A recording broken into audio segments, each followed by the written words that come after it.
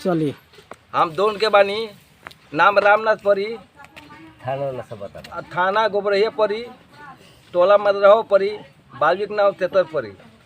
तो एगो हम कहानी में अपन अति परिचय देतनी।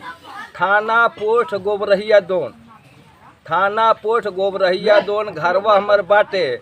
कोई कहला रामनाथ, कोई कहला माथे। खेती क के खाए के न पुगे, दिक्कत होला तेकर।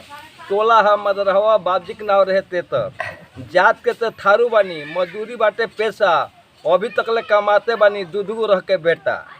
तो बात बा एकदम ठोस, पब्लिक देता सरकार के दोष। सरकार के बाटे देश के चिंता, हाकिम लोग पैसा गिनता। पैसा निकली तो हो ही हाला, थोड़ ढेर सभे खाला। सरकार देता पूरा नोट, बीच में जोता चौथ नोट। जवाहर रोजगार में पैसा आइल, हाकिम लोग के देखो खाई। ब्लॉक में जाके मुखिया घूमी, बिना घूस के कोई न सुनी। सरकार को 3 फीट भर द रोड, 3 फीट के आइल नापी, 6 इंची पथल बाकी माटी। जगह जगह लगता पाइप होम, 1 महीना में सौसे भोंग।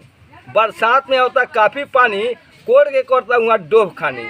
ठेकेदार हो बड़ी चालू, कम सिरमिट ज़्यादा बालू। झड़ जाता बालू जूटे जूटे, भैंस डगड़ता लागता फूटे। सरकार से सुविधा मिलते जाता, सोचा एमे के खाता। लोन उठा के पॉकेट में धर, भरे बुती माफ़ी कर। जगह जगह लोन माफ़ न भइल, सब सामान के भाव बढ़ गई।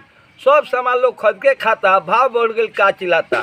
साहेब के हाथ होई खाली, तब पैसा कमाए कोनो रास्ता निकाली। रोड के बगल में जमीन खाली, ओमे कर दिलस पौधा तैयारी। हो गलू जंगल झाड़ी, रात के जीव तो चोरो मारी। चोर चाय के बाटे जबाना, 10 आदमी छीन लेता एक के जाना। चोरी कैले से बढ़ गईल मन, रात के हो गई रस्ते बन। अकेले आदमी कैसे जाई, पकड़ लेता थाना के सिपाही। बुर्बक आदमी बोल दी अटर पटर, गिरे लागी जूता चप्पल। पूछे लागी पूरा बयान, बिन गलती के तुरंत चलान। पिटा गए लोग कितना जाना, जाग बाटे बगहा जामा। लाग जाता पैसा कार, कमाए लगता वकील मुख्तार। हो जाता वो पैसा के टान, बेचे लागत धान पिसान। दुकानदार ले तो सियान के तान, भूखे रह चितरौले टांग।